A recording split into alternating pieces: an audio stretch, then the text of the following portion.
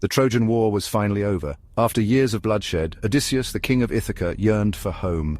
He dreamt of seeing his wife Penelope and their son Telemachus again. The journey, however, was long and fraught with peril. The seas were treacherous and the gods were fickle. Odysseus's path was not his own. It was a tapestry woven by fate and the whims of the divine. The journey began with hope, a longing for familiar shores. Odysseus gathered his men, sturdy and battle-weary, ready to brave the unknown. Little did they know, the true test was not the war they left behind, but the journey that lay ahead. It was a journey that would test their courage, their loyalty, and the very core of their humanity. The open sea beckoned, a vast expanse that mirrored the uncertainty in their hearts. They sailed into the unknown, carrying the weight of victory and the scars of war. Their hearts ached for home, a beacon in the distance that seemed to drift further away with each passing day. Their first encounter with the extraordinary came on the shores of the Lotus-Eaters.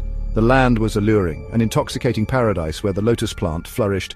Its fruit, sweet and tempting, offered oblivion, a release from all earthly worries. Odysseus's men, weary from their travels, readily succumbed to its intoxicating effect. They forgot their homes, their families, their very purpose. They slipped into a blissful stupor, content to remain forever in that enchanted land. Odysseus, however, remained strong. He refused to partake in the intoxicating fruit, his mind fixed on his ultimate goal. He saw the danger in the seductive embrace of the lotus, a siren song that lured men to their doom. With great effort he roused his men, dragging them back to the ships away from the alluring poison of the lotus. He knew that true happiness lay not in forgetting, but in fighting for what truly mattered. Their journey continued, a constant battle against the allure of the unknown and the resilience of the human spirit. Their journey led them to the land of the Cyclops, monstrous giants with a single eye in the middle of their foreheads. They landed on a lush island, unaware of the danger that lurked within its caves. Curiosity, often a dangerous companion, led them to the lair of Polyphemus, a cyclops of immense size and ferocity. Polyphemus was a savage beast, uncivilized and ruled by primal instincts. He trapped Odysseus and his men, devouring several of them in a gruesome display of power. Odysseus, known for his cunning, devised a daring plan to escape the Cyclops' wrath. He plied the giant with strong wine, intoxicating him with the very substance that had helped him resist the lotus. Under the cover of darkness, Odysseus and his men blinded the Cyclops with a sharpened stake, driving it into his single eye. Blinded and enraged, Polyphemus cursed Odysseus, vowing revenge and invoking the wrath of his father, Poseidon, the god of the sea.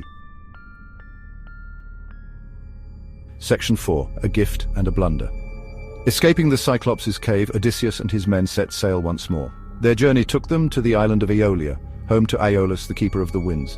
Aeolus, taking pity on Odysseus, gifted him with a bag containing all the winds, except for the gentle west wind that would guide them home. The bag was a powerful artifact, capable of speeding their journey and easing their plight. However, curiosity, that old enemy, got the better of Odysseus's men.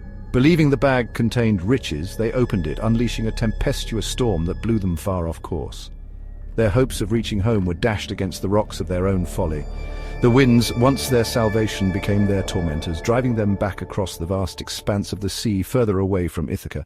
It was a cruel reminder that even the greatest gifts could become curses if mishandled.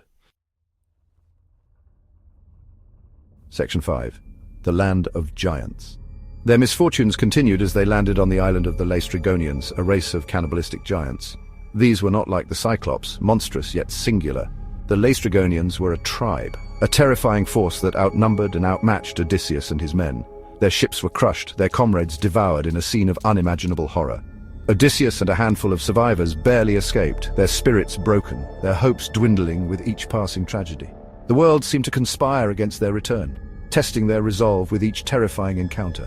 They had faced gods and monsters, storms and starvation. Yet, through it all, Odysseus refused to give up. He clung to the memory of his home, the faces of his loved ones, a beacon in the darkest of nights. It was this unyielding hope that kept him going, a testament to the strength of the human spirit in the face of unimaginable adversity.